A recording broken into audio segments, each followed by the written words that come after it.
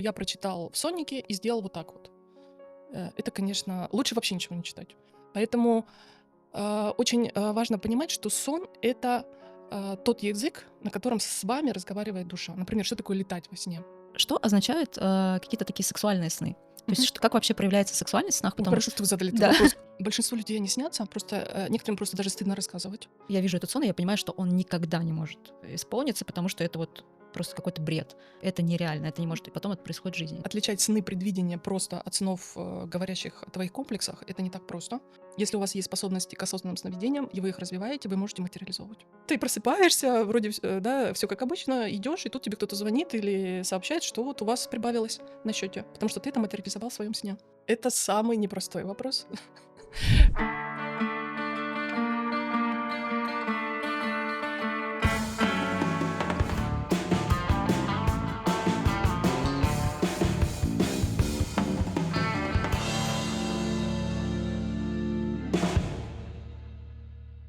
Чем более странным нам кажется сон, тем более глубокий смысл он несет. Это сказал Зигмунд Фрейд. Мое главное расстройство из детства, когда я читала «Алису в стране чудес», то когда это заканчивалась история, и она просыпалась и говорила: «Ах, какой удивительный сон я видела». И я такая сразу как-то вот понимала, что когда я просыпаюсь из какого-то классного сна, да, вот у меня такие ощущения, что как там было здорово, и вот ничего нельзя взять с собой. И сегодня мы поговорим про сны. У нас очень интересный гость, которого мне посчастливилось к себе позвать. Во всех моих выпусках, которые я снимаю, красной линией такой проходит, что моя философия — это смотреть на мир 360 градусов, то есть там и через науку, и через медицину, и традиционную, нетрадиционную, то есть смотреть на то, как есть, и не отрицать что-либо, да, а брать для себя что-то полезное из этого. И, наверное, если вот именно так смотреть обширно, да, то можно какую-то частичку истины где-то ухватить. Поэтому я беру такие темы, и сегодня у меня про сны. С нами Елена Лютикова. Это специалист по сновидениям, онтопсихолог и психотерапевт. Вы на канале Элементалика с Таней Азаровой. Елена, здравствуйте. Первый вопрос у меня будет, что правда ли, что вот в вашей терапии можно сказать то, что скажи мне, что мне снится, и я скажу, кто ты. Да, благодарю, Татьяна, что вы развиваете такую тему, тоже сновидения. Э, с Можно сказать и так, да. Я вообще часто говорю, что сновидение — это наш основной друг. Естественно, у нас много друзей, и один из них — это наши сны. Поэтому можно сказать, что сны — это, м, язык бессознательного, королевская дорога к бессознательному, как говорил в том числе Фрейд. И, сон — это то, что показывает человеку его прошлое, его настоящее, его будущее. Есть сны, которые предупреждают, есть сны, которые помогают, есть сны, которые корректируют наш путь. И, я как психотерапевт, очень часто использую этот метод. Не всегда, но часто. Я ам, не тот человек, не тот психолог, который только сны. Да. Если сны не помните, все, вы не ко мне. При этом это такой язык, друг. Если человек его не помнит или не знает, то чаще всего я ему просто помогаю его вспомнить. То есть все-таки реально, да, научиться помнить сны, потому что есть такие люди, которые видят сны вообще по-разному. То есть кто-то видит супер цветные, яркие сны и помнит их вообще в мельчайших подробностях. Кто-то считает, что он вообще не видит сны. Кто-то видит сны какие-то там черно-белые или ну какие-то такие очень в такой 2D или там вообще чуть ли не 1D проекции и там ни запахов, ничего не чувствует. То есть это вот от чего вообще зависит? Это зависит от многих факторов, потому что мы все очень разные, люди все очень разные. Поэтому у каждого человека свое восприятие, свое мышление. Например, если у человека образное мышление, то чаще всего ему снится не 3D, а 5D. Это разные цвета, разная образная реальность. Если у человека не такое образное мышление, ему как раз может быть более информационный характер снов снится. То есть это говорит как раз таки о том, что как человек и обычную, да, реальную жизнь воспринимает, или как это можно Да, сравнить? да, да. В целом, разговаривая с человеком, вот так, как мы сейчас с вами разговариваем, уже я могу предположить, в том числе, какие сны или какой тип снов вам может сниться. Какой?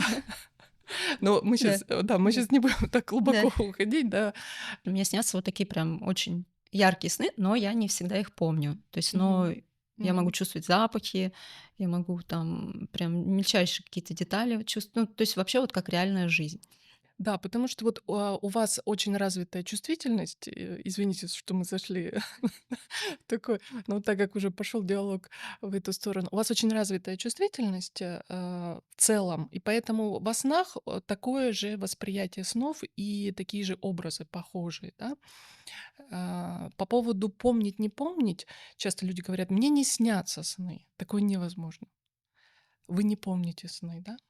Поэтому, вот это запоминание снов — это такой вопрос, культуры, дисциплины. Как вот мы спортом занимаемся для нашего тела, вот также можно научиться запоминать сны всегда, если человек хочет. Ну, прямо не всегда, не каждый день, естественно, да, у нас у всех разное состояние. При этом, м, если человек хочет, он может научиться запоминать сны очень быстро. Даже если он заснул, в стрессе, да, проснулся от будильника, он может запомнить свой сон. Ну, кстати, я вот часто даже когда резкое просыпание, я как-то вот еще помню сон, а когда вот так медленно сама проснулась, уже как-то что то все куда-то улетает. Вот, видите, это тоже, вот у меня такое же, как это, просыпание или засыпание, и запоминание в том числе. Здесь важно знать свои особенности. Это как раз про то, что насколько я себя хорошо знаю, насколько я себя уважаю, насколько я себя люблю. И поэтому, изучая себя, я понимаю, в каком состоянии я лучше вижу сны, в каком состоянии я лучше их запоминаю, да. То есть если я знаю, что если я такой вот проснулся, в стрессе, да, и я их плохо запоминаю, то я себя в следующий раз готовлю для того, чтобы проснуться более спокойно и никуда не спешить, если для меня важно запомнить свой сон. Или наоборот, да, чтобы, как в вашем случае, проснулся и запомнил или записал. А я, кстати, вот когда готовилась уже к нашей встрече, думаю, надо, позаписывать, Надо положу. воспользоваться Да, оказией. положу нет, просто вот думаю, как-то хотя бы надо прочувствовать это, как они, ну, давно просто не фокусировалась на этом. И думаю, сейчас вот положу блокнот, начну писать. И вот когда, а, действительно там пару, дней я проснулась, уже что-то там даже начала вспоминать.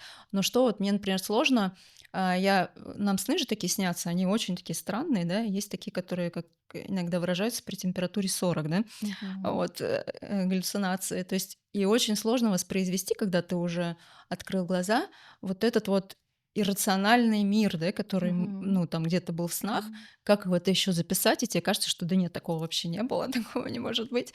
И очень сложно еще вот это, ну, как бы мозг отказывается это все переносить на Да, бумагу. совершенно верно. Вот очень важно, вы сказали, очень важно, иррациональный. Почему этот мир до сих пор пока еще не до конца изучен и не до конца люди им пользуются? Потому что он иррациональный. Мы живем в таком мире, сейчас он очень меняется, но до этого момента мы жили в очень рациональном мире. И поэтому все, что касается темы иррациональной, она сложнее людям дается. То, что они не могут доказать, не могут потрогать. При этом они чувствуют, что это так. Иррациональное сложнее объясняется, запоминается, и в том числе сложнее люди этому доверяют. Может быть, какие-то советы есть, как вот Да, да, да-да-да, да. конечно.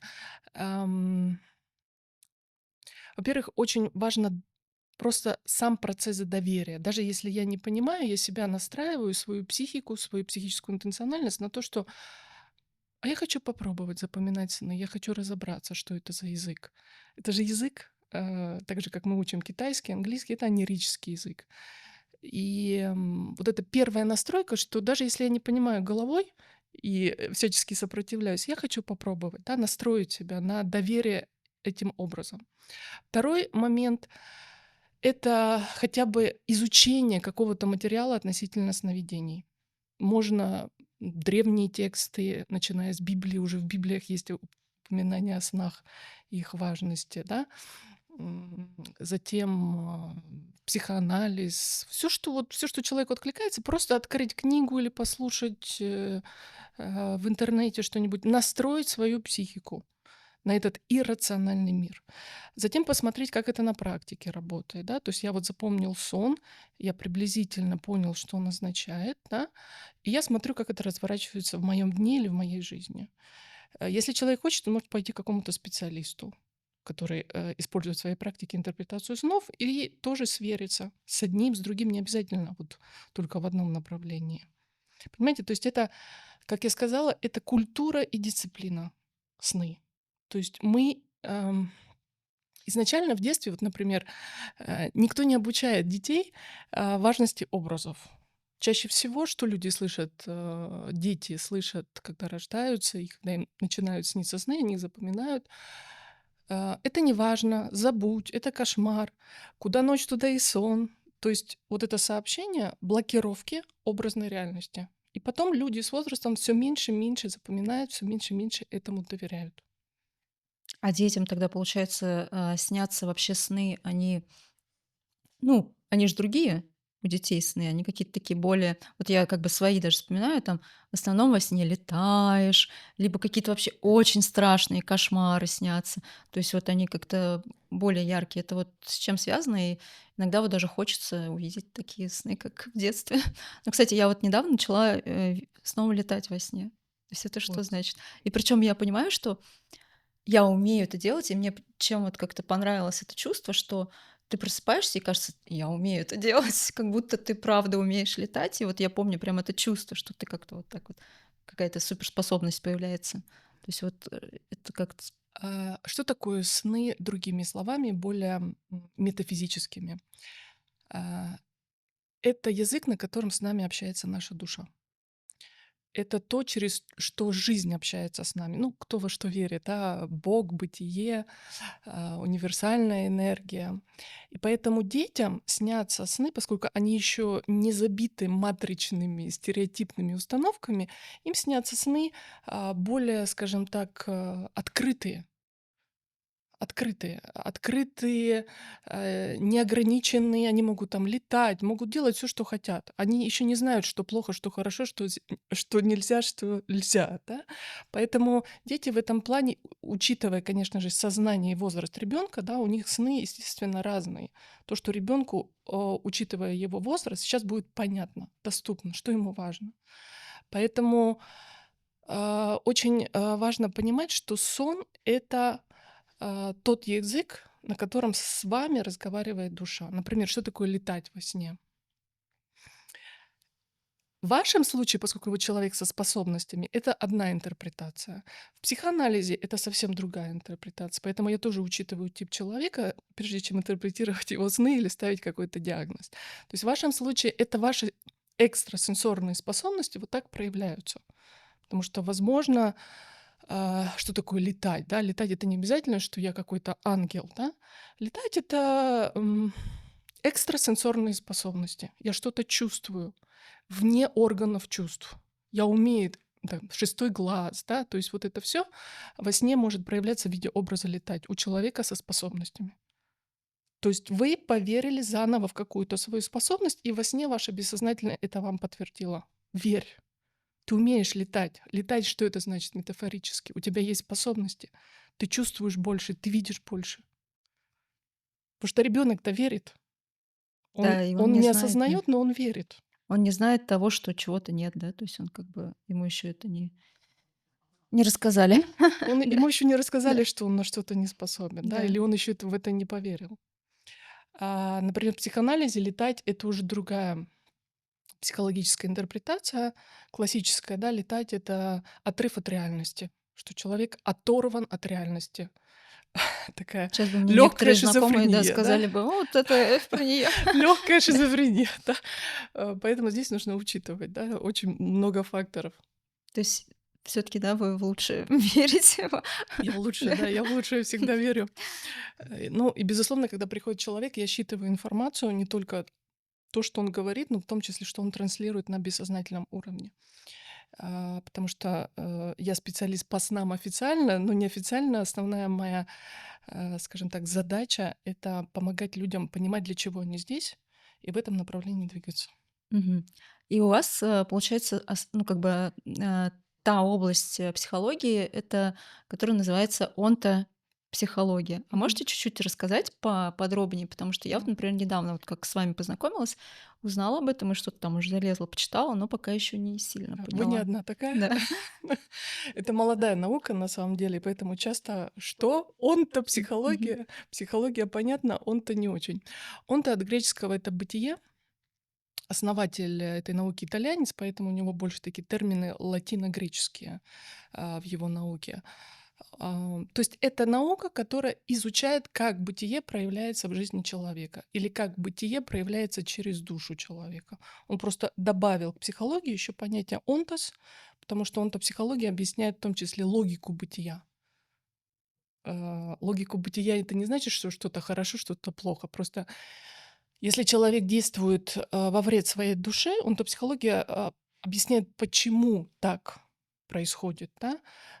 Какие законы бытия нарушаются, и поэтому человек чувствует себя плохо. Или наоборот, когда человек интуитивно или неинтуитивно действует во благо своей души, учитывая законы бытия, он чувствует себя хорошо. Онтопсихология тоже это объясняет. А это как-то, ну, связано вот с фрейдистской всей вот этой историей? Да, То есть, конечно. получается, она все в себя, да, что-то включает? Ну вот, например, как я люблю, чтобы со всех брать все самое лучшее, да? Или как Да, ее да-да-да. объяснить? Онтопсихология, по сути, это наука, которая возникла в 70-х годах в Италии. Основатель ее изучал очень долго психоанализ, гуманистическую психологию и философию в том числе. И в том числе он был, Антонио Менегетти, да, он был священником католическим. А, Поэтому он объединяет и теологию, и философию, и психологию, поэтому он все продолжил, как говорят, углубил и расширил. Но он ничего не отрицал. То есть он объяснил, что действительно у нас существует бессознательное, как сказал Фрейд и его ученики. Теорию снов он просто расширил, образный ряд, и объяснил, например, ну, например, если у Юнга, это один из основных учеников Фрейда, который был мистиком, и он очень занимался как раз тоже образной реальностью, Юнг говорил о том, что, например, если снится кошка, то это проявление анимы женщины, если это снится женщине. Менегитти уточнил, что кошка — это не всегда анима женщины, что это может быть проявление ее не самых лучших сторон женской психологии. Поэтому сейчас это может быть для кого-то удивление, но кошка — это не всегда положительный образ во снах. И чаще всего, когда женщина говорит о том, что ей часто снятся кошки, это говорит о том, что она вытесняет какую-то свою силу, не позволяя проявляться своей агрессивной сексуальной природе. Это связано с тем, что многие старые девы заводят много кошек? Ой, я люблю Как-то нет? этот вопрос, Да, да, когда начинаешь говорить об да, образе кошки во сне. А это связано с да. тем, что много кошек у женщины? Частично да, да. Сейчас мы никого не Да, будем, нет, да. это Есть люди, мы очень ветеринары, любим которые любят животных, кошек. У да. меня вообще много собак. Вот, собака — это Да, уже другая да. тема. Еще такой, момент, вот сонники. То есть, это можно забыть, закрыть или что-то в этом есть, какое-то полезное А, звено?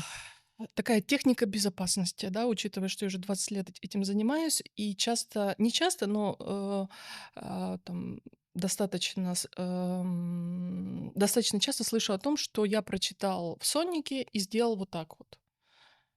Это, конечно, лучше вообще ничего не читать, да, Ну, потому это что программирование, да, это какое-то идет, да? программирование, и человек уже попадает в эту ситуацию, в которую он поверил, что ему вот так приснилось, и это означает вот это. При этом сонники бывают разные. Это как вот у Луизы Хей есть психосоматическая книга, где эта болезнь, значит, вы как это совершили какую-то психологическую ошибку. Нужно учитывать индивидуальные факторы, прежде чем ставить себе диагноз, как относительно болезни, так и относительно снов. Поэтому сонники, я бы так сказала, это дополнительный инструмент, но не основной. То есть, ну, все равно что-то там в этом есть. Но вот, например, мне всегда казалось странным, как можно, ну, как бы одному и тому же человеку снится что-то одинаковое, и, ну, как-то это слишком примитивно, мне кажется, в каком-то таком плане, что вот оно приснилось, и вот это вот значит. Все таки мне Да, кажется, да, да? то есть, человек — это настолько многообразная, структура, каждый человек, неповторимый уникальный проект, поэтому не сводите его вот, только вам снится это, значит только это. Потому что у вас, в вашем случае, это одно значение, у другого человека может быть другое. Да, есть средняя температура по палате, как я сказала, да, там кошка, собака, летать, но учитывая особенности конкретного человека, уже от этого уже я отталкиваюсь в интерпретации, например, его сновидений. А чем вообще можно помочь себе, разбирая сны? То есть, ну вот, чем вот и он-то психология, да, может вот глобально помочь человеку и разбираясь вот в этом копаться. То есть, ну, какая вообще такая прям реальная и очень мощная может быть помощь, если вот начать разбираться в снах? Не будет ли такого, что человек наоборот куда-то там унесет, и он немножко, может, сойдет с ума? Это, тоже очень важный вопрос. Благодарю. Поскольку я за баланс материального и духовного выступаю, поэтому, очень важно все, что мы анализируем, в том числе понимаем через сновидение, применять на практике.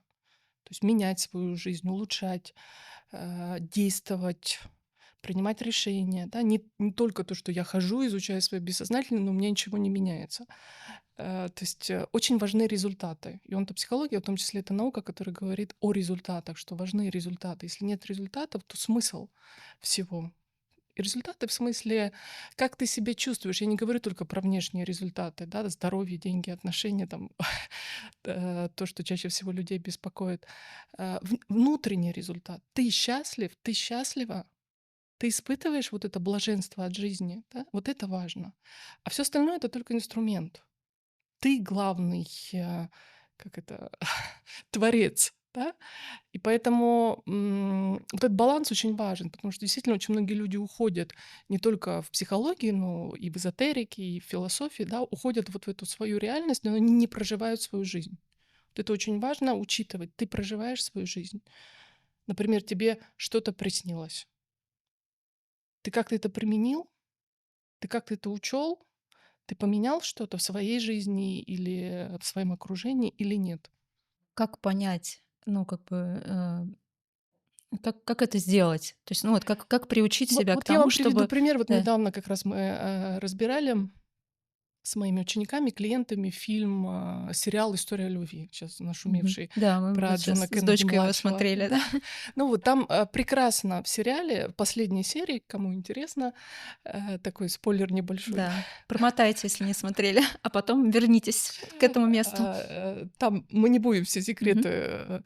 раскрывать. В последней серии как раз, ей снится сон главной героини, жене, Джона Кеннеди-младшего, и она рассказывает, их совместному психологу семейному. Прекрасно показано режиссером, как работает бессознательное, как оно предупреждает и как люди не пользуются информацией, в том числе своих снов. Ей снится, что она, ам, одета как его мать. Ну, я думаю, все знают историю Джона Кеннеди, да, президента Америки, который был убит. И ей снится вот этот кортеж, эта ситуация, и он повторяющийся, этот сон у нее, по крайней мере, по сюжету фильма. Повторяющиеся сны очень важны, потому что это как такой крик души, крик друга. Обрати внимание, поменяй, обрати внимание, что-то сделай. Если человек не слышит, то в какой-то момент душа перестает кричать, то есть повторять этот сон. Главной героине этот сон снится. О чем он? Что муж спроецировал на тебя роль мамы, ты на него роль папы. Если вы не поменяете сюжет своих отношений, это все плохо закончится, так же, как у э, папы и мамы мужа. Все очень конкретно. И психолог семейный очень мудро в этом фильме и сериале им рекомендует пожить отдельно хотя бы какое-то время, чтобы понять, чего они хотят, а не повторять семейный сценарий. Конечно же, они это не делают, Да. и конец он печальный. Ну, реальная жизнь, да, это реальная история. Это история на основе реальных событий, которые произошли с ними, Да, да. конечно, я думаю, Мгм. вашим слушателям Мгм. тоже интересно, а как на практике это Мгм. все работает, да? В очень многих фильмах режиссеры даже, не знаю, знают они теорию снов или бессознательно не знают, но гениально всегда режиссеры показывают тему снов и как это разворачивается. Как будто бы они прямо вот читают или Фрейда, или Минигетти, или всех сразу. Кстати, самый классный фильм — это вот, ну, то есть он прям вообще про сны — это "Начало". Насколько Да, там есть, вот такая правильная, ну, какое-то реалистичное звено, и, ну, вот это действительно так очень происходит, да? реалистичный Да? фильм. Да, очень реалистичный фильм "Начало", эм, с Ди Каприо вы имеете в Да. виду, да? Это отдельная тема людей со способностями, менять реальность сновидений. В То есть нашем это мире осознанное сновидение всегда, конечно, да? да, да, Мгм. это люди, у которых есть вот такие способности. Как у вас сверхчувствительность, вот есть люди, которые умеют менять реальность сновидений, своих сновидений и других людей. Они есть в нашем мире, они живут рядом с нами, они, понятно, что в Инстаграме они не, как это, себя не рекламируют, при этом о них люди знают, и кому нужно, к ним обращаются вот точно так же, как в этом фильме. Я слышала, спецслужбы, да, такими людьми Да, интересуются очень да, сильно. да. А как это происходит? Ну, получается, что, ну вот, если взять, мы же еще тут часто на канале квантовую физику изучаем, да, то есть все эти теории Ой, обожаю, параллельных вселенных, то обожаю, есть у да. нас прям скоро будет астрофизик, возможно, он уже выйдет на канале. Как это происходит вот в таком практическом применении, да, то есть это как-то люди перескакивают на другие, ветки реальности, Реальности, да, то есть да, вот эти вот вселенные, да, то есть они да, как-то перемещаются, но получается портал — это какой-то сон. конечно, конечно. Сон — это информационное поле, которое человек еще не осознает с помощью своего сознания или я, но оно уже существует. Это ветка реальности, которая существует. Почему сон предупреждает, что поменять что-то в своем поведении? Потому что ветки реальности всегда меняются. Даже если в твоей судьбе была запрограммирована или твоих родителей болезнь, или там какая-то катастрофа, она может поменяться, если ты услышишь этот язык и поменяешь свое поведение или внутреннюю реальность. А все вот эти пословицы "утро вечера мудренее", а, Утро, правда, вечера мудренее. то есть вот, не получается, что это во сне вот происходит какая-то, э, ну, пе Перенастройка, конечно. перенастройка на другую, реальность, да? Конечно. Это, кстати, это Мгм. очень хорошо, что вы вспомнили "Утро вечера Мгм. мудренее". Это как раз со снами же связано. Да, ну вот я просто сама замечаю, что я уже и на себе это заметила, что что-то такое прям не очень иногда идет. И Мгм. ты вот я как Скарлетт О'Хара все подумаю об этом завтра, Завтра. да. И Да-да-да-да. завтра как-то все, Поспать, да. да, поспать, и там и информационно, и психологически, и физиологически все процессы наладятся, как нужно вам. Поэтому это правда. И в том числе сон покажет, да, что было, что поменять или что оставить. То есть и иногда даже просыпаешься в таком, как будто ты в каком-то новом мире проснулся. Тоже Да, ну такие мы каждый бывают. день Да, просыпаемся в новом в мире, новом мне мире. кажется. Потому что сны — это же, если с точки зрения, эзотерики говорить, сны — это подготовка к смерти. Поэтому, там происходит такое состояние у человека, он полностью отключается от внешней реальности, душа условно выходит, отдохнуть, да, ему поступает информация, и в том числе, когда он утром просыпается, он чувствует себя или новым, или обновленным, или даже забыл, что было вчера. И получается, что вот эти, сейчас вернусь к осознанным сновидениям, то есть мы уже тут, Мгм. немножко начали. И, получается, что если ты проснулся и снова, заснул и вернулся в этот же сон, то есть это можно там что-то изменить, и это все скажется на, реальном мире. Да, то есть люди, у которых есть такие способности, и даже если нет, они о них не знают, возможно, они могут менять реальность в своих сновидениях, просто туда возвращаясь в то место или к тем людям, которые негативные или позитивные, да, перепрограммируя что-то во сне, они меняют свое будущее. Поэтому эту тему осознанных сновидений тоже я многим рекомендую изучать, потому что многие люди даже не знают, что у них есть такие способности, что они во снах могут менять реальность. Приблизительно как в фильме «Начало». Просто у всех разные способности. Мгм. Тогда еще у меня такой вопрос. А если человек, ну, вот, допустим, у нас много пишут в комментариях под нашими выпусками, такие скептики, что вот это все там что-то там Да-да-да. ерунда, да. Вот, то есть мы уже понимаем, что такие люди из-за того, что они не верят в это, да, то есть вообще даже не представляют того, что так может быть, то есть они себе закрывают очень много каких-то таких возможностей, да, которые они могут сами в своей жизни там производить. Да, конечно. Эм, Есть много людей совершенно разных на этой планете, и есть люди, которые не верят. Вот они более рациональны. Им, как это, не то, что недоступен, но им непонятен тонкий мир. Им непонятно то, что за пределами нашего разума. Поэтому тема снов, например, им не заходит. Она им непонятна, они не знают, как это объяснить, как это работает. То есть ум не может объяснить, потому что наше бессознательное, оно мудрее, оно глубже, оно сильнее. Э, Поэтому людям-скептикам часто в жизни, что с ними происходит? Какие-то события, да, которые немножко отключают их ум, их рациональность, их критичность, да, так отключают, и человек такой: "Господи, а может, все таки вот стоит попробовать, да, или там почитать, поверить, съездить? Даже если я не понимаю, я схожу и попробую". Часто в жизни людей-скептиков происходят какие-то события, не всегда, какого-то прямо, да, трагического типа, но какие-то события, которые позволяют им, отключить ум, отключить скептицизм и задуматься о своей жизни без, поиска доказательств.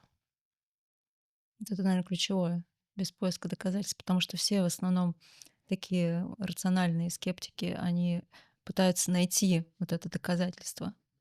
А я еще вот люблю приводить ну или там, допустим, какое-то повторение какого-то, ну, события, да, что если это какое-то там чудо или еще что-то, да, то есть пусть это повторится вот так же, как было, да. А как тогда это повторится, если мы даже люди, у нас нету отпечатка пальцев одинакового, то Да. есть оно не может повториться, то есть почему нельзя вот поверить в какие-то, ну, даже такие вещи, которые происходят. Поэтому сейчас мир очень меняется. Все события, которые происходят, они направлены в большей степени на благо людей, даже если внешне они кажутся каким-то бедствием или проблемой. Для того, чтобы ум людей отключился, и, как сказано в Библии, по вере вашей дано вам будет. Поэтому это очень важно. Не только по вере, да, такой вот люди сейчас говорят, что значит по вере, что я глупый, слепой. Нет, вера — это открытое сердце. Это любовь, безусловная к этому миру, к людям. Я не все могу объяснить, но я многое чувствую. Да, как вот я увидела вас, я не могу объяснить, да, но я чувствую, что у меня есть отклик на этого человека или на его дело, да. Я туда иду.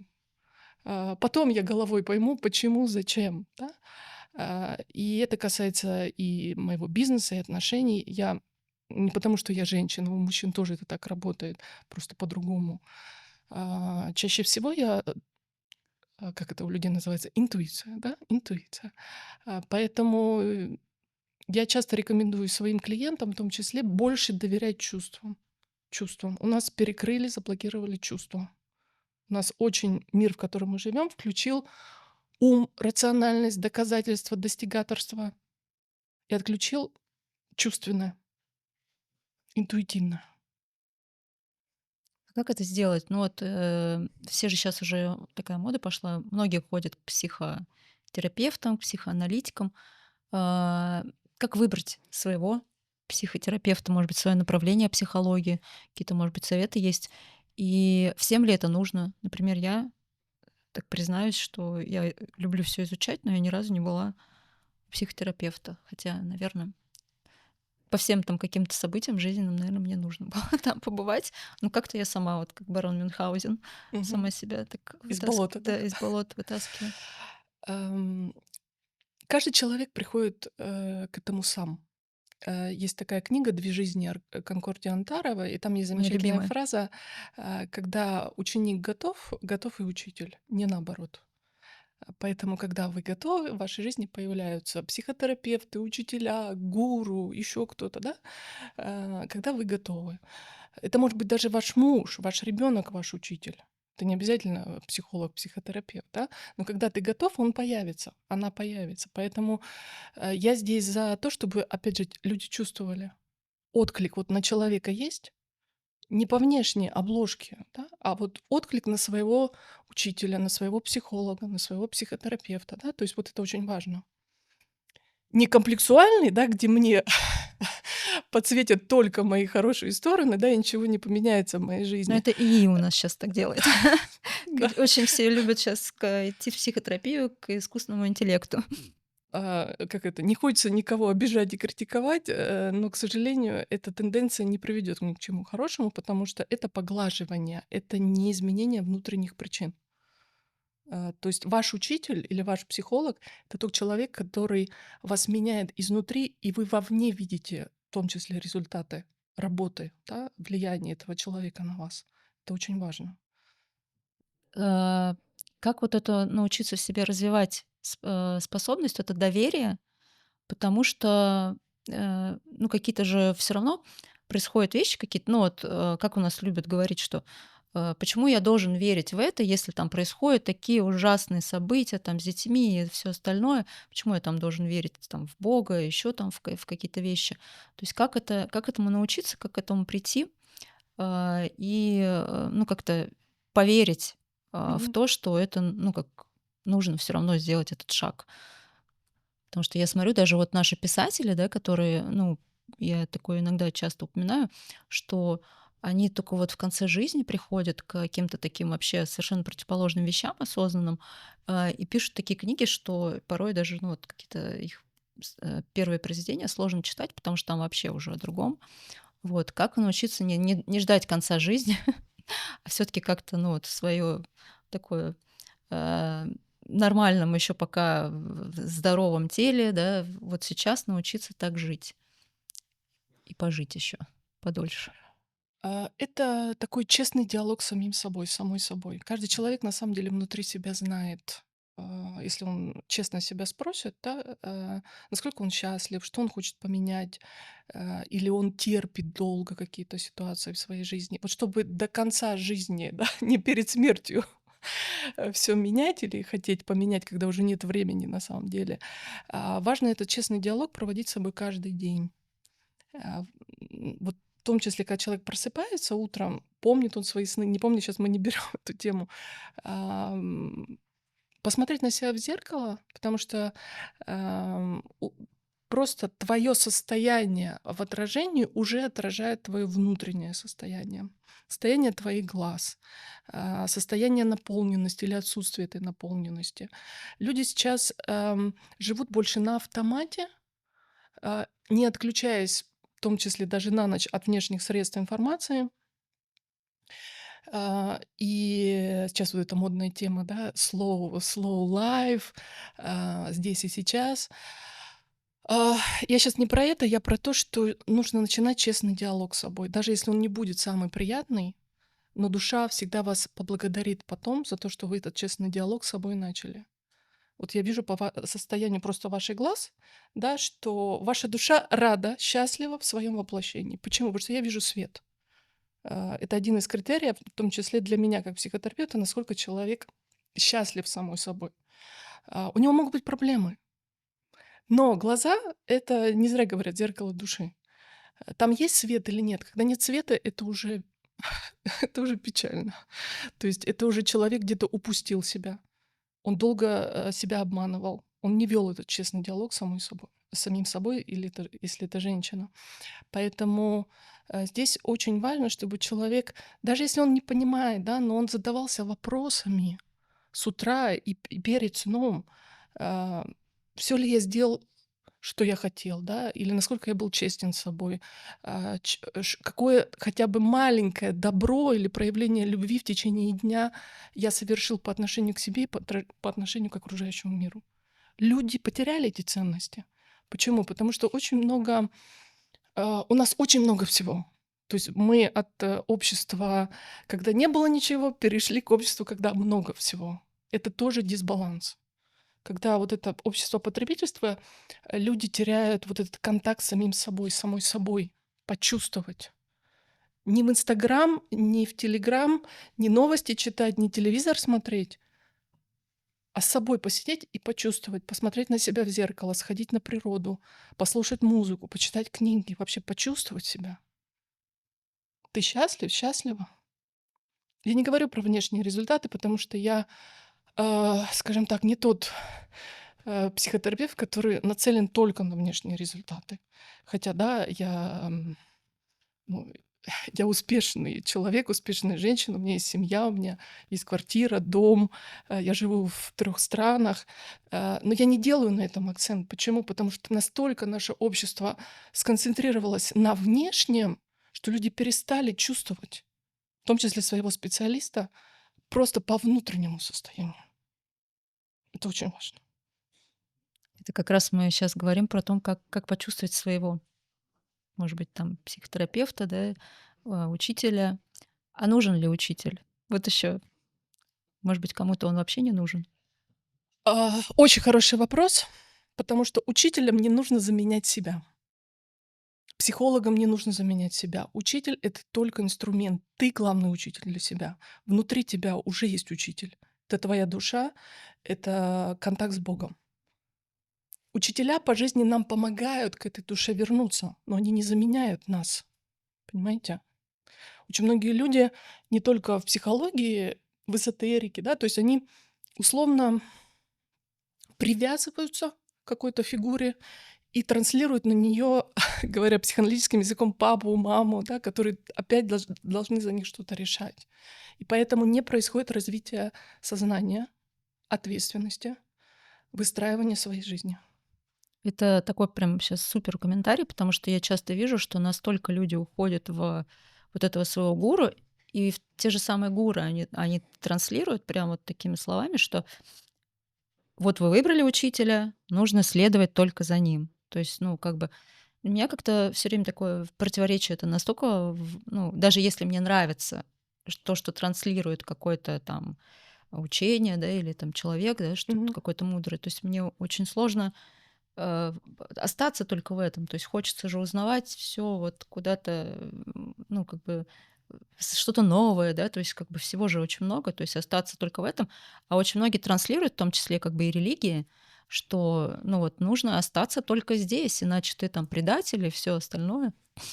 То есть вот Один из критериев истинного учителя — это то, что он никогда не говорит «следуйте только за мной». Не только не говорит, вы чувствуете рядом с этим человеком максимальную свободу. Это один из критериев истинного учителя.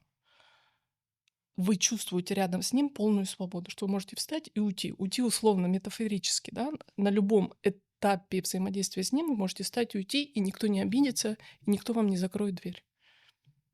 это как раз-таки, наверное, такой критерий еще секты, да? То есть, ну вот то, что у нас сейчас же много таких уже неосектантских каких-то там историй. Иногда не подумаешь даже, что это секта, да, но тебя там вот психологически очень сильно удерживают именно вот этими манипуляциями, что э, Да, вот ты уйдешь, ты предашь какое-то там да. учение. То есть вот Это, ну, давайте прямо говорить, это один из критериев секты. У тебя нет свободы. Хотя внешне изначально все очень красиво выглядит. Поэтому людям, кто хочет какого-то более глубокого процесса развития, важно эти критерии знать. Что с настоящим психологом, психотерапевтом или учителем вы чувствуете себя свободным изначально и всегда. Никто не ставит вам никаких условий. Вы сами для себя как-то да, ставите условия. То есть, когда вы чувствуете, что вы уже от этого человека получили то, что вам нужно, вы свободно встаете и уходите. Конечно, вы всегда благодарны. Благодарность — это очень важное качество ко всем учителям по жизни, ко всем людям, которых мы встречаем. Но мы же развиваемся. Мы не можем постоянно быть с одним учителем, с одним психологом. Я щас не буду говорить муж-жена, да. Муж-жена может быть и одна, но, люди, которые нас развивают, они должны меняться, потому что мы меняемся. это, наверное, такое отношение должно быть как к детям, да, вот мы же не привязываем их к себе, да, а мы их куда-то отпускаем дальше, чтобы они. Иначе это какой-то созависимость ну, Отличный пример, отличный созависимые пример, отношения. отличный пример, потому что 90% родителей осознанно или неосознанно детей привязывают. Это то же самое относительно учитель-ученик. А 10% родители понимают этот процесс, что ты не обладаешь этим человеком. Он пришел просто как продолжатель чего-то своего. Он не принадлежит тебе. Ты можешь дать ему безопасность, защиту, любовь, научить его основным вещам и отпустить. Это дитя Бога. Да, нужно. А вот если еще погрузиться вот, со стороны онтопсихологии, вот в тему созависимости. Мгм. А, как лучше? Потому что я вот сейчас вижу, и я понимаю, что очень много людей созависимых с тем или иным. То есть это может быть и с людьми, и с какой-то там, не знаю, там, с каким-то делом, да, то есть прям максимально люди привязаны, да, либо с деньгами. Мгм. Вот, Мгм. как вот этот вот здоровый баланс найти, да, потому что вот со стороны, Мгм. той психологии, которую вы несете в мир. Мгм. Может быть, есть какой-то совет? Потому что, иногда даже это как-то, ну, не то что пугает, ну, немножко печалит, потому что люди такие вот в какой-то своей такой маленькой норке. Вот, отлично. В маленькой норке. Вот нужно расширять территориальную психологию, и тогда не будет никакой созависимости ни в отношениях, ни с психологом, ни с кем. Потому что чем больше человек расширяет свою территориальную психологию, тем он для себя самодостаточен. Самодостаточен. У него нет потребности, чтобы кто-то от него зависел, и чтобы он, она зависела от него. Здесь очень важен вот этот вопрос а, расширения своего потенциала, реализации полностью. Ну, хотя, хорошо, не 100%. Это не как в фильме «Люси», да? Можем ли мы весь мозг на 100% распаковать? Это большой вопрос, в том числе в квантовой физике, да? При этом важно понимать, что чем больше человек реализует себя, свой потенциал, тем меньше он созависим от внешних факторов, людей, мужей, жен, подруг и так далее. М, Очень такой, знаете, показательный пример, когда человек видит что-то красивое, например, мужчина женщину или женщина видит что-то красивое. Вот хочешь ли ты сразу этим обладать? Или ты просто наслаждаешься, ты благодаришь этого человека просто за факт его существования или этот предмет. Ты не хочешь им обладать. Обладание, да? Обладание, порог вот этот лежит в основе созависимости. Это обладать — это в смысле привязать к себе, да, и как-то Да, вот не сразу вот отпускать, взять да. мое. Да? Мужчина видит красивую женщину, хочу сразу. Он не благодарит, не наслаждается просто моментом пребывания этой женщины в его поле. Он не хочет ей обладать, он ей наслаждается и благодарит. У Как него нет вот цветок, этих да, как цветок. который, да, можно сорвать, а Конечно, можно потому что человек сразу да. хочет сорвать, он хочет этим воспользоваться. Поэтому, это очень странно, да, мы сейчас ушли от темы созависимости к теме обладания и порока похоти, потому что это тоже взаимосвязано, да. Что такое похоть? Это не обязательно секс, это когда человеку всего мало. Вот ему мало любви, мало знаний, мало эмоций, да, и он хочет и зависеть, и чтобы от него зависели. Мгм. Да, Ну, мы это прям ка так у нас, мы так это, да. даже от снов ушел более глубже разговор, но это классно. Мгм. Тогда вот сейчас, если вот пошла эта тема, возвращаемся к снам. И, что означают, какие-то такие сексуальные сны? То есть Мгм. как вообще проявляется сексуальность в снах? Ой, Потому хорошо, что вы задали этот да, вопрос, а то он обычно табуированный такой, а нет, потому у что нас нет 90% табуированных. людей снятся сексуальные Да, у нас фантазии. нет табуированных тем на Мгм. нашем канале Элементалика. И пишите комментарии, да, что вы думаете, какие вам снятся сны. Что означает какая-то такая сексуальность в снах?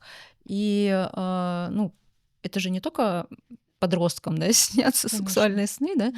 Вот, ну, некоторым они, может быть, и не снятся. Ну, то есть, от чего это вообще зависит? Что это означает о человеке? Большинству людей они снятся, просто, некоторым просто даже стыдно рассказывать, даже собственному психологу, потому что им кажется, что они, ну, извращены, да. На самом деле это нормальные человеческие сны, говорящие о том, что сексуальный инстинкт или недостаточно реализован в жизни, применен, раскрыт у человека, потому что эротизм — это очень мощная энергия в человеке. И эротизм не проявляется только в сексуальной жизни. Вся наша жизнь — это эротизм. Просто это сублимация, да. Поэтому сексуальные сны, они очень важны. Они говорят о том, что, возможно, вам не хватает или что важно поменять, применить, прожить в плане своих сексуальных инстинктов. Я сейчас не говорю про какие-то, да, там сексуальные сцены, да, и там, которые люди часто только в своей голове себе позволяют, да, но в жизни нет.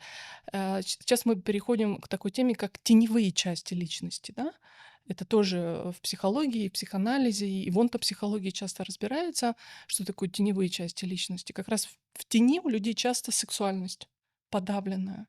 То есть, например, женщине снится один тип мужчин, с которым она хочет заниматься любовью, но в жизни она даже себе позволить не может такому мужчине подойти и заговорить, потому что ей кажется, что это невозможно. А почему нет? То есть ее просто кто-то в детстве ограничил, что вот такой тип тебе недоступен, а вот такой тип тебе доступен. Ну и как себе начать это позволять? Э, То есть это Татьяна, реально? логично. Да, Да. это реально вообще сделать? Но, во-первых, на Да. уровне сознания, да, ты это бессознательное переводишь в осознанность, то, что сейчас тоже модно, да, в осознанность, что такое это, ты бессознательное делаешь более сознательным, что у тебя этот тип секса или тип эротизма твоего, либо тип мужчины и женщины, который ты себе не позволяешь, оно у тебя в бессознательном. Ты на уровень сознания это переводишь хотя бы. Это уже 50% победы. Победы в смысле развития своей личности. А потом на материи, в материи, применяя свою волю, преодолевая свои страхи, ты делаешь шажки в эту сторону.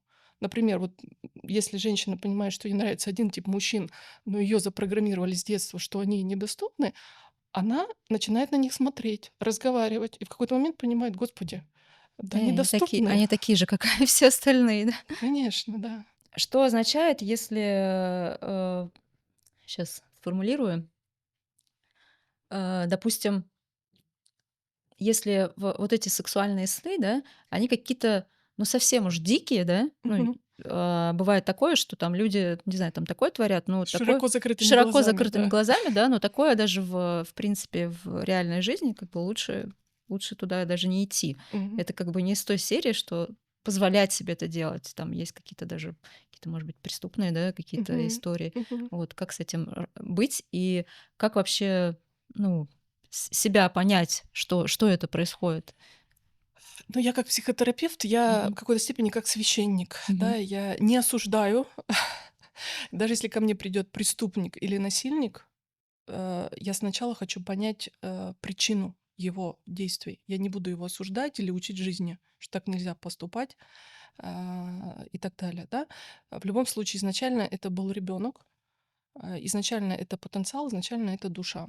Я сейчас не говорю про насильника-преступника, просто человеку снятся какие-то вот для него слишком извращенные сцены, да. Здесь, во-первых, мы смотрим бессознательное, в теневую часть, в детство, в папу и маму, потому что очень часто мы наследуем какие-то фантазии, сексуальные инстинкты, которые папа, мама, бабушка, дедушка себе не позволяли. Мы же корни дерева, мы не просто так появились, у нас еще есть то поколение, которое нас создавало. Мы оттуда берем и травмы, и таланты. Вот эти травмы, они могут передаваться, в том числе в виде вот таких сексуальных изощрений, назовем это так. Поэтому с этим нужно поработать, осознать, что мое, что не мое, потому что это может быть вообще не человека лично, это может быть его мамы, папы и так далее, что она себе не позволяла. И это с каждым поколением трансформируется в более извращенность. Почему? Потому что сексуальный инстинкт не получает выхода. Понимаете? Чем больше времени проходит, тем более он становится извращенным. А что об этом говорит, если, ну вот маленькие дети иногда вот тоже уходят уже в какую-то вот эту степень, ну как бы дети еще, которые пока ничего не знают, а у них уже вот какие-то такие, н- Дети ничего не знают, э, Татьяна. ну да, А, Ну, ну давайте с еще вами пока, да, честно вот так еще пока, подумаем над да, этой еще пока, формулировкой. может быть, они не настолько знают, да, но уже почему-то это слишком много знают. Может быть, они не Да. знают на уровне памяти и сознания, но дети знают больше нас намного. Особенно до 3-4 лет, когда еще даже память прошлых жизней у них не заблокирована. Очень многие дети помнят свои прошлые жизни, приходят и папе, и маме рассказывают: "Я вас выбирал" или "Я с вами там был в этом месте". Откуда? Это просто фантазия? Нет. Я знаю, что это существует. Большинство людей не первый раз появляются, и на этой планете тоже, поэтому они многое помнят. Возвращаясь к вашему вопросу, почему у детей? Потому что у него есть память прошлых воплощений. Это тоже может быть. Он появился в среде, он считал эту семантику, энергию, семьи, мамы, папы и табуированных каких-то сексуальных, моментов, понимаете? И он уже это транслирует более свободно, потому что он еще не знает, что плохо и что хорошо. Он это свободно или проживает, или чувствует, или ему снится. Но это не его, это либо из его прошлых жизней, либо это семейный контекст. Просто ребенок его вот так считывает и вот так транслирует. Ну, то есть маленький ребенок даже мог увидеть что-то, да, что там не должен был видеть, Да, и это да. все дало там какой-то толчок. Конечно, а вот это не должен быть Да. увидеть, это как раз и есть, да, табуированный инстинкт. Мгм. То есть, по сути, в принципе, он может видеть все, да, и тогда у него не будет вот этих таких, проблем последующих, или как Совершенно с инфарктом. верно. Ведь, на самом деле психотерапия вся на чем построена? Это помочь человеку вспомнить, через сны в том числе, что он себе запретил видеть в детстве, что он себе запретил или ему запретили проявлять в детстве. Чаще всего это сексуальный или агрессивный инстинкт. Он вытеснил, потому что нужно было адаптироваться к морали семье, к морали мамы, к этике. Да, он должен был быть хорошим, хорошей девочкой, условно, или мальчиком. То есть, если за что-то наказали ребенка, да, ну вот как что-то там он совершил, да, его сильно наказали, у него это Да, отложилось, и все, и потом уже вот, это, возможно, даже у него будет еще гипертрофировано, конечно, проявляться. конечно. Вот с этим работают все психологи, просто по-разному называется. Да, у кого-то психоанализ, у кого-то онтопсихология, у кого-то гештальт, психология. На самом деле все с этим работают изначально. Мгм. Интересно, как, отличить сны, которые, сны какие-то предсказания, потому что есть все Мгм. таки вот такие вещи, сны, которые происходят у людей. А, это, с чем связано и как понять, это сон какой-то вещи, нужно как-то действовать, или это просто, ну, что-то, ну, просто не обращать внимания? Это самый непростой вопрос. Потому что отличать сны предвидения просто от снов, говорящих о твоих комплексах, это не так просто. Это как раз искусство сновидений. То есть чем больше ты проанализировал своих снов, возможно, ты не сразу понял, что это сон предвидения, а потом это событие произошло с тобой, ты начал понимать, да, особенность этих снов. Потому что у каждого человека своя особенность вещих снов. Это может быть просто какой-то конкретный сюжет события, да, как будто бы ты как наблюдатель в нем участвуешь, не как участник. У кого-то еще какая-то особенность. То есть это как раз искусство сновидений, изучение своих снов. Если ты психотерапевт, ты еще смотришь, как это у других проявляется, да, и это позволяет тебе отличать сны предвидения от другого типа снов. Это как раз то, что требует дисциплины, работы и насмотренности за своими снами и снами других людей. А там, наверно, какие-то больше эмоции, да, ну, каких-то вот происходит. Ну, вот у меня были вещи сны, причем это сны такие, которые, ну, я вижу этот сон, и я понимаю, что он никогда не может исполниться, потому что это вот просто какой-то бред. Мгм. Да-да-да. И Бред — потом, это ключевое да, слово это вот просто нереально, там, ну, там, про про других сны. людей, что это Мгм. вот какие-то там поступки, да, люди совершают. Это нереально, это не может. И потом это происходит в жизни. И ты просто там до мурашек, потому что, ну как, такое вообще, ну, даже предположить нельзя было, а тут вот как бы сон такой приснился, и там через какое-то время это исполняется. То есть как понять, может быть, как-то себя или невозможно себя ну, как бы предотвратить это, или это должно произойти, Нет, как? почему? Почему? Возможно, как раз вот, сериал, который мы обсуждали, да, девушку же предупреждали поменять, внутреннюю реальность, отношения, чтобы не произошло вот это событие, которое в итоге с ними произошло, да, авиакатастрофа. Да, совершенно верно, вы правильно заметили, это более эмоциональные сны. Ты как будто бы участник, да, и наблюдатель, и участник этих событий. Это как вот картинка 5D, 3D, что-то необычное, отличающееся от твоих каждодневных снов. Это сны предвидения. Да, ты как будто просыпаешься, Господи, как будто бы ты там побывал. Или какая-то ситуация, которую ты забыть не можешь. Это одна из характеристик снов предвидения. И как тогда, действовать? То есть, получается, ну, либо самому транслировать, либо нужно обязательно, да, какой-то специалист, который помогает, или да? Желательно, да, желательно. Нам нужны зеркала. Нам нужны зеркала, потому что мы так устроены, что нам нужно отражение, чтобы понять себя. Нам нужно посмотреть в зеркало, чтобы увидеть, как я выгляжу, да. Точно так же нам нужен другой человек, чтобы понять свою внутреннюю реальность. Потому что я могу быть не точен. Почему? Потому что у меня есть бессознательное. Э, Хотя бы 20%, но оно у меня есть. И мне нужен другой человек, который мне покажет вот эту реальность, которую я не вижу. Какая вот слепая зона, да. Это очень важно. У меня тоже есть консультанты, психотерапевты, они будут всегда, я это знаю до конца жизни. Потому что мне важно отражаться в других людях, даже если я очень много чего знаю. И вот, возвращаясь к вопросу, мы уже там проговорили, да, как лучше этого человека выбрать. И еще, такой момент: как получить ответ из сна? Мы знаем, вот я се даже подготовила, у меня есть, факты и Мгм. есть, моменты, которые ученые и великие открытия совершали, и видели их во снах. Вот я сейчас даже их проговорю. Посмотрите подробнее, потому что это интересно именно вот почитать уже историю, да, про этих, людей. Немецкий физиолог Отто Лёви, во сне увидел химическую передачу информации между нервной системой и сердцем. Дмитрий Менделеев, это мы все знаем, да, что он увидел свою, таблицу элементов. Открытие бензольного кольца химиком-органиком Августом Кекуле. То есть Мгм. тоже вот он нашел это во сне, увидел. Открытие эволюции видов и естественного отбора британским биологом Альфредом Уоллесом. То есть там тоже история, ну вот прям почитайте, углубитесь, это будет интересно. Открытие французским философом и математиком Рене Декартом собственного научного метода. То есть он вообще увидел там математические какие-то Мгм. свои там формулы. Да-да. И вот это мне прям история тоже понравилась. Гений математик-самоучка из Индии Сринивасой Рамунаджан открыл математические функции, и его фундаментальное открытие, это было еще в XIX веке, Мгм. до сих пор в теории чисел и бесконечных рядов стали понятны лишь много десятилетий спустя, и до Мгм. сих пор их изучают наши вот квантовые физики, Мгм. Кажется, фильм даже есть о нем. ученые. Да, об этом. Мгм. Я, кстати, не смотрела фильм, надо Мгм. поискать. Мгм. И ему приснилось это именно через богиню Лакшман, которая была там его любимая, какая-то там почитаемая богиня. Мгм. Вот как это вообще происходит, как это работает?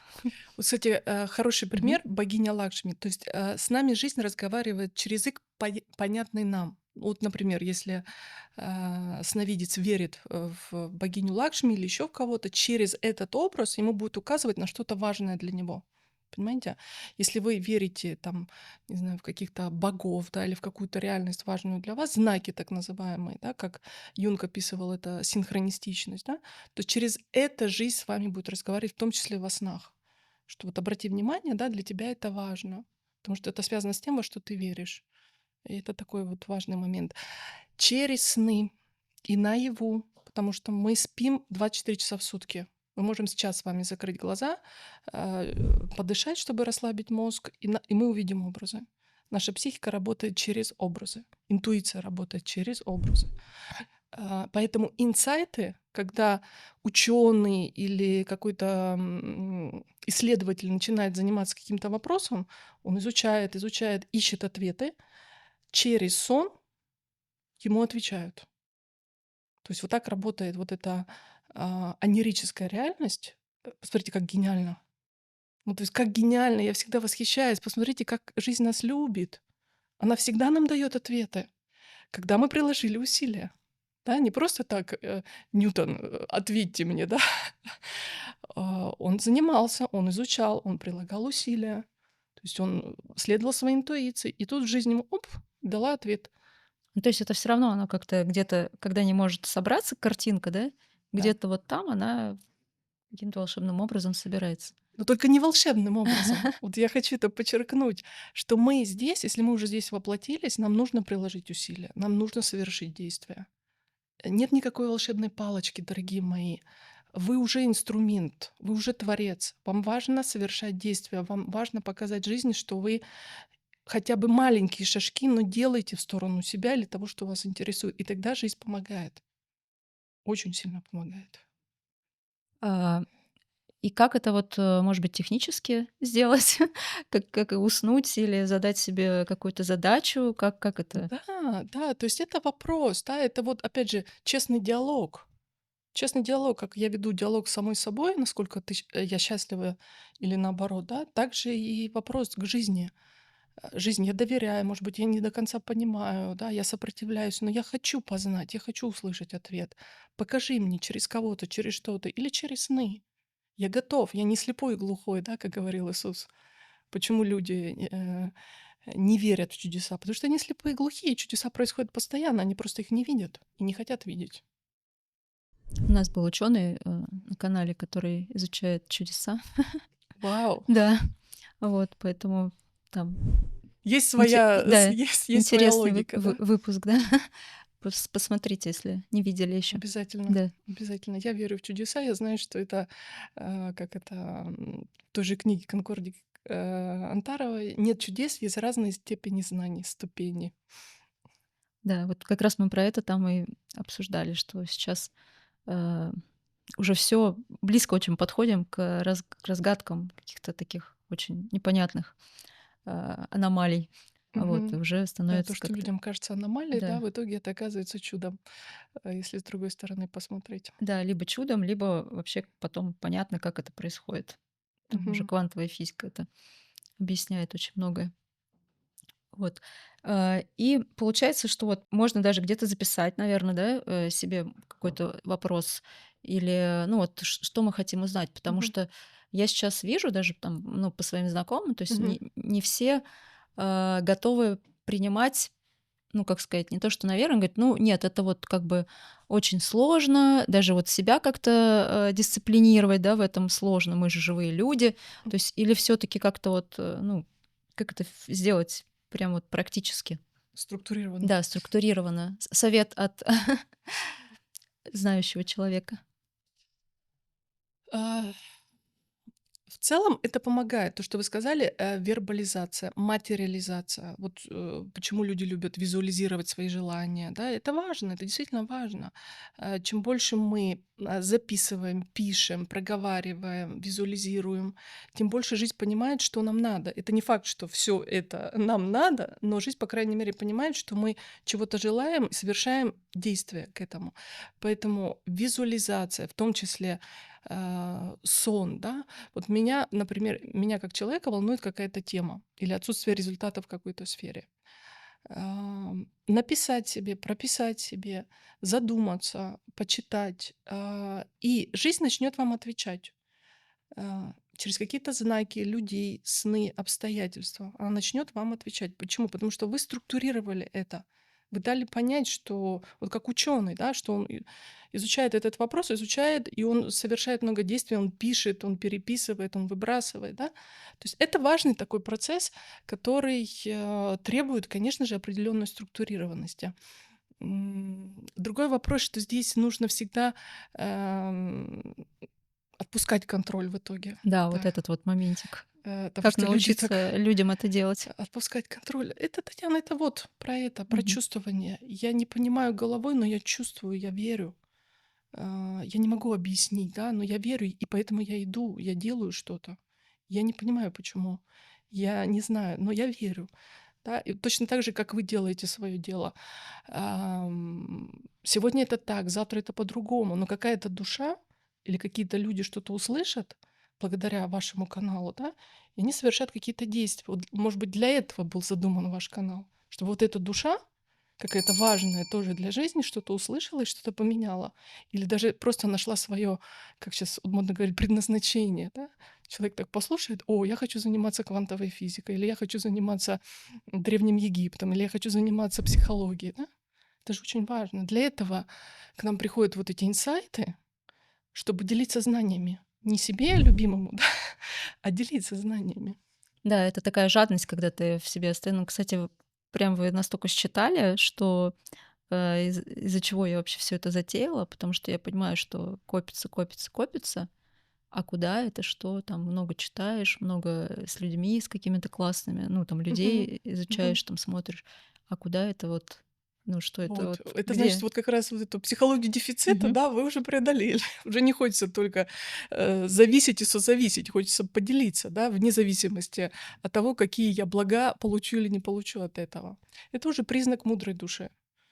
Люди с мудрой душой, это у которых много жизней, много воплощений, и они в основном сюда приходят делиться. Все остальное им дается более-менее, в избытке. Ну, у них важная вот эта потребность делиться. Не копировать кого-то, не стремиться куда-то, как кто-то, да, какое количество там подписчиков, клиентов, да, а искренне делиться. Результат он будет. Сегодня один человек, завтра два, завтра 10. Это вообще не важно для жизни. Нас запрограммировали, нас матрица современная запрограммировала на сравнение и на внешнюю обложку. Психология, эзотерика, философия, все мудрые учения течения всегда говорили о чем? Начни с себя. Не ориентируйся, не надо себя сравнивать, начни с себя. Тебе хочется делиться, делись. Почему очень многие люди не начинают ничего делать? Потому что очень много себя сравнивают. А я вот не такой идеальный, я не такой красивый, у меня не так много вот этого всего. Чем же мне делиться? Почему? Тебе есть Кто-то чем не хочет делиться? поделиться, что, ну, пусть мне побольше останется.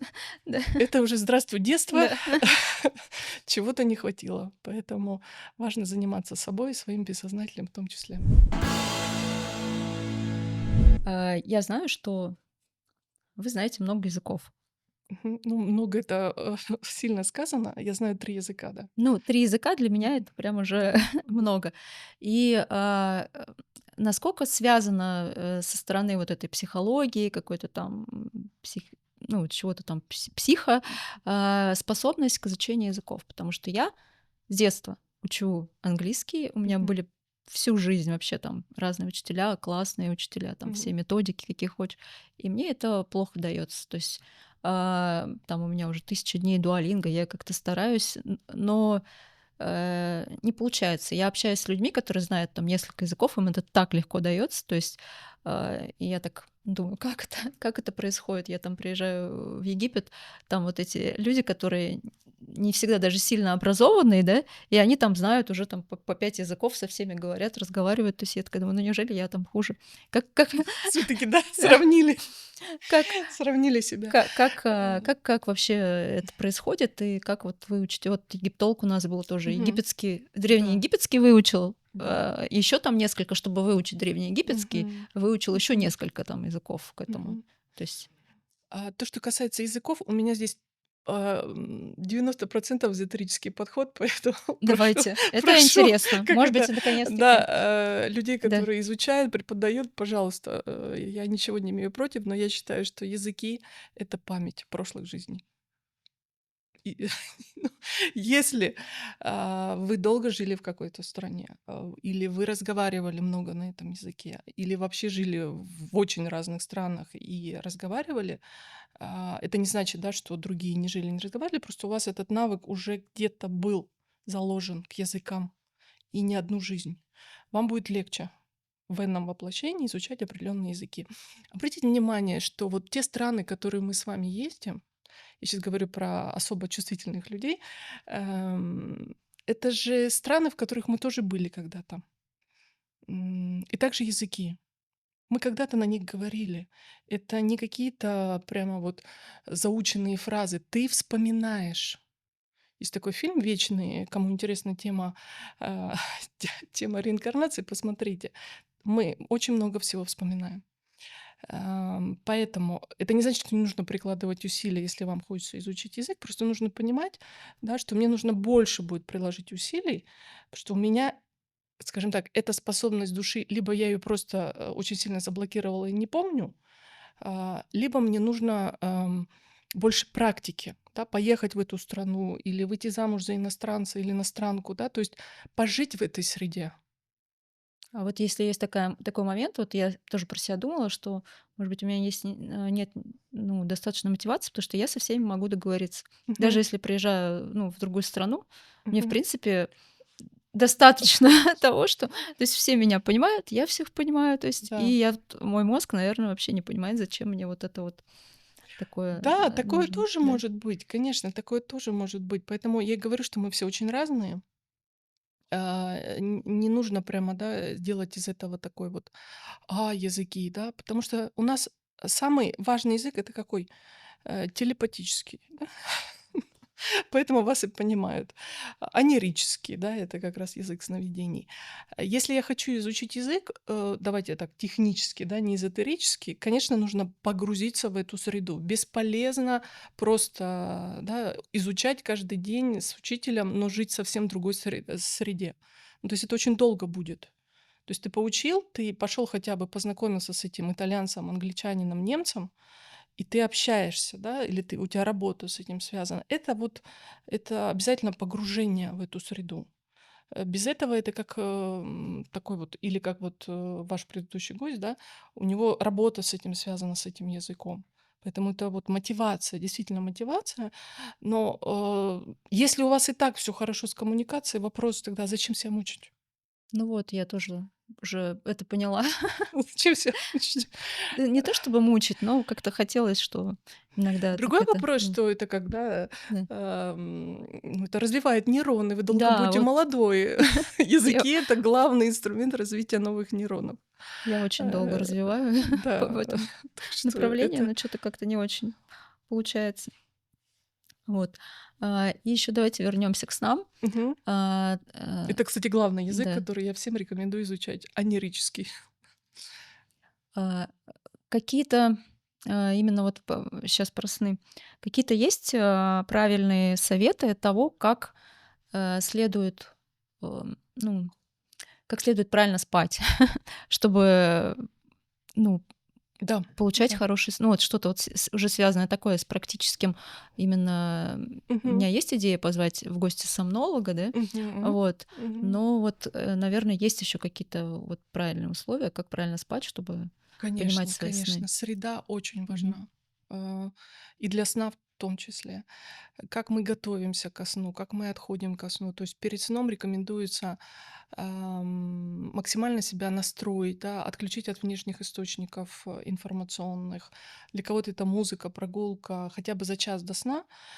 Ничего внешнего не слушать, настроиться на себя. Почитать можно, да, послушать музыку. Но я имею в виду вот внешняя такая непростая информация, чтобы вас не заходила хотя бы за час до сна, чтобы ваша душа уже настраивалась на контакт с вами.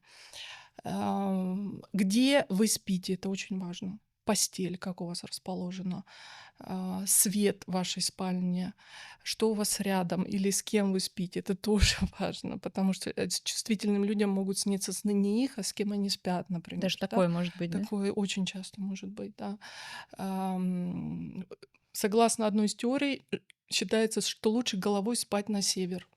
Ну, по крайней мере, в наших широтах спать головой на север, потому что так работает лучше магнитное поле Земли, и вы лучше себя чувствуете. Не только для снов, вообще для регенерации вашего тела и головного мозга. Не спать на юг головой. Ну, я имею в виду Мгм. кровать, да, чтобы была расположена. Чистота пространства, в котором вы спите. Вот это важные такие моменты. Что вам важно в течение сна, если вы просыпаетесь, там вода, еще что-то. Это все очень важно. Э, То есть это сонастройка с собой на комфортный сон и в том числе на сны. То есть, все таки сны можно себе как-то задумать и загадать. Ну, вот так, чтобы. Да, да, когда я изучала тему сновидений, я себя максимально настраивала всегда. То есть это, ну, это такие ярлыки, да, но это очень важно на определенном этапе жизни, особенно если ты что-то изучаешь. Это дневник снов, да, это книги про сны, это картина какая-то с образами сновидений. То есть максимально ты погружаешься в эту тему, чтобы ее проникнуться, изучить и применить. Я, кстати, вот когда читала книгу «Шестой сон», не читали Вербера? Да-да-да, Вот. читал.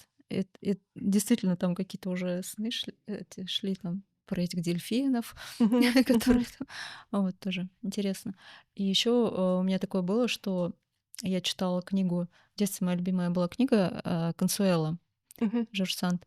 И мне, прям я прочитала там где-то половину, я настолько там была впечатлена всем, что происходит, что мне продолжение просто снилось. И потом я когда начинала читать, то есть я прям понимала, что там практически то же самое. То есть Мгм. вообще, как Мгм. так я думаю, как это так может происходить? Вот так вот жизнь с нами разговаривает, да. Когда нам что-то интересно, она во сне продолжает эту тему. Когда у нас есть вопросы, она нам отвечает. И жизнь нас никак не оценивает, обратите внимание, да. Она нас любит. Ей это интересно, я ей покажу, я ей отвечу, я ей расскажу.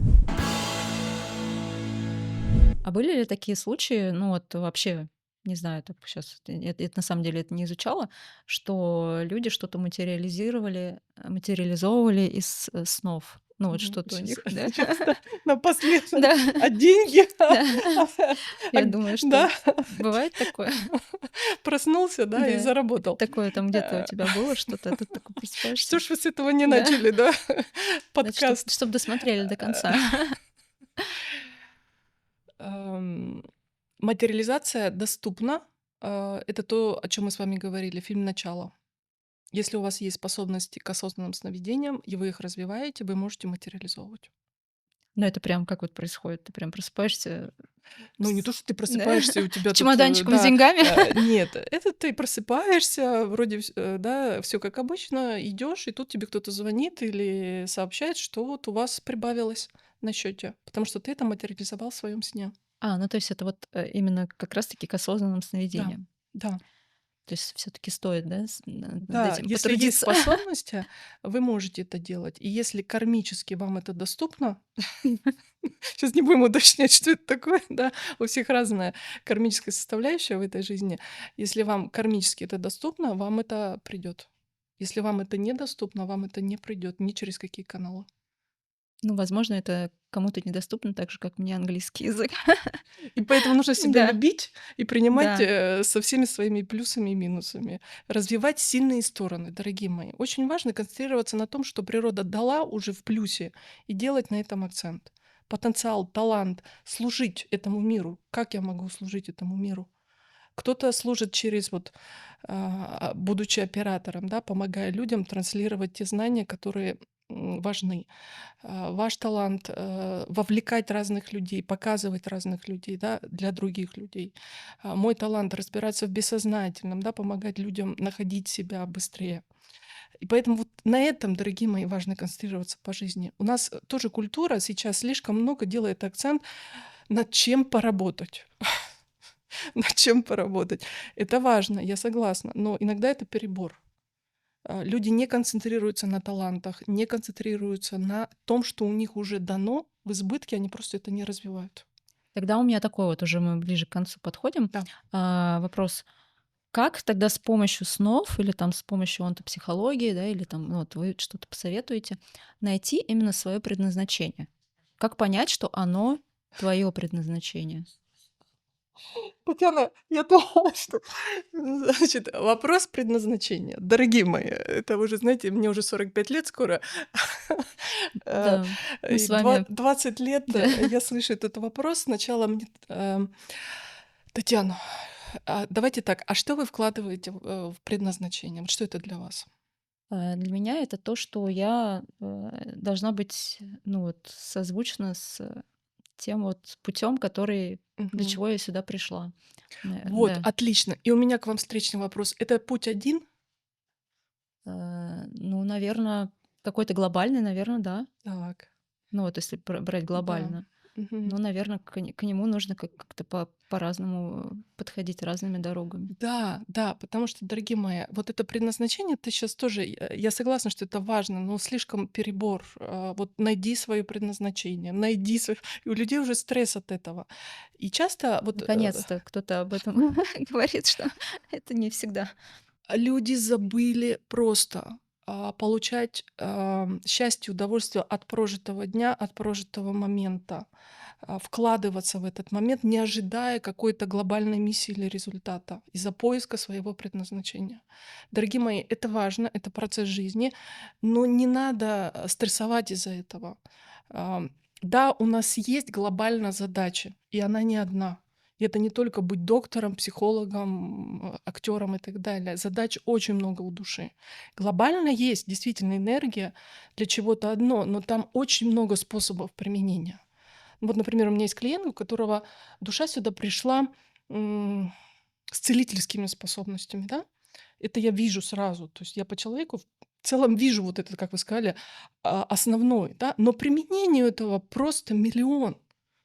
А он вот бьется головой всю жизнь, что вот он не получил медицинское образование, да, и страдает из-за этого. Себя он может быть, целителем в прямом смысле слова, он может быть тета-хиллером, он может быть психологом, он может быть йогом, потому что это целительские способности. А он страдает из-за того, что он не врач там согласно, общественному статусу. И что он Понимаете? время упустил и не получил когда-то Конечно, там нужный диплом, да? конечно. Понимаете? А еще у него задача научиться любить, научиться прощать, научиться красиво одеваться. Представляете, сколько задач у души? Да, ну, как бы нет, ну, вот, наверное, я так сказала, да, что какой-то один путь. Вот, но вот тот как раз то, что он состоит из множества всего, то есть там, Да-да, да, да. я вас Мгм. прекрасно понимаю, потому что большинство людей ищут вот это, да, оно не так однозначно. Ну, нет такого вот, вот сегодня вы, например, выполнили, вот вам, какой-то момент в вашей жизни, вам захочется делать совсем что-то другое. Я так всю жизнь делаю. Вот. Вот это же не про то, что вы себя предали или не нашли свое вот это уникальное предназначение, да? Меня Это мало кто понимает вообще в этом. вот почему, потому что душа, она не вот такая, знаете, как это: "Всё, ты родился быть доктором". Ты вот сегодня реализовал одно, завтра тебе интересно другое, потому что душа, она многообразна. Она настолько многообразна, что она не помещается в наше сознание.